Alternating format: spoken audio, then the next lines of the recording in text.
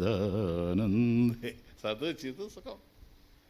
కాబట్టి నిరంతరం ఆ సచ్చిదానంద స్వరూపాన్ని ఎవరైతే సేవించి, ఎవరైతే దాన్ని హృదయంలో సుస్థిరంగా నిలుపుకున్నారో, ఎవరైతే ఆ సంసార భయాలన్నిటి కూడా దూరం చేసుకున్నారో, అటువంటి వాళ్ళకి ఈ ప్రపంచంలో సందేహాలు సంశయాలు లేనే లేవు. ఆనంద స్వరూపుల వాళ్ళు.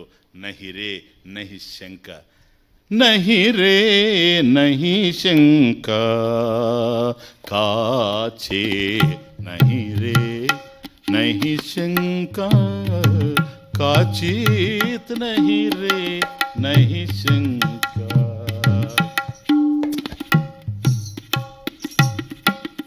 అజమాక్షరం అజమాక్షరం అద్వైతమనంతం, అజమాక్షరం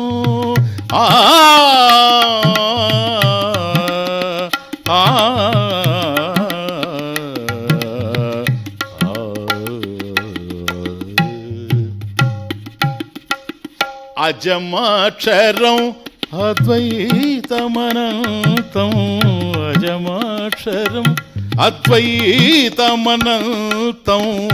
ధ్యాయంతే బ్రహ్మపరం శాంతం, ధ్యాయంతే బ్రహ్మపరం శాంతం.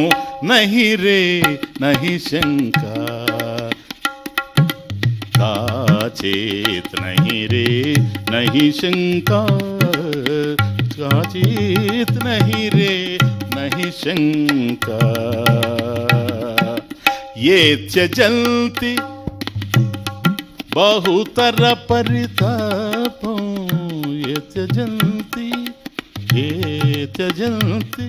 బహుతర పరితాపం, ఏ త్యజంతి బహుతర పరితాపం, ఏ భజంతి సచేత్ సుఖరూపం, ఏ భజంతి సచేత్ సుఖరూపం.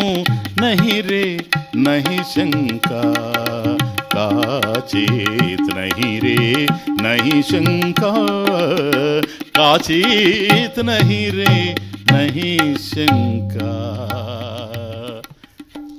సాక్షాత్ పరబ్రహ్మ స్వరూపమైనటువంటి సదాశివ బ్రహ్మేంద్ర స్వాముల వారు కూడా దీన్ని స్థిరపరుస్తూ ఉన్నారు కనుక అనుభవంలో నుంచి అటు శాస్త్రవాక్యం, ఇటు మహాపురుషుల యొక్క అనుభవం రెండూ కలిసి ఉద్ధరించడానికి మన ముందుకు ఉన్నటువంటి ఈ శాస్త్రం అంతా కూడాను ఈ విషయంలో మనకు సందేహం అవసరం లేదు.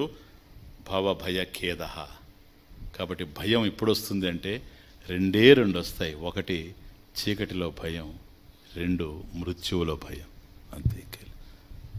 అయ్యా ఇదిగో రాత్రి 1 గంటకి అదిగో ఆ శ్మశానం దగ్గర పోయిరా, నేను పోను ఎందుకంటే చీకటి. ఉదయం అయితే పోతాడు కదా. చీకటిలో భయం మనిషికి.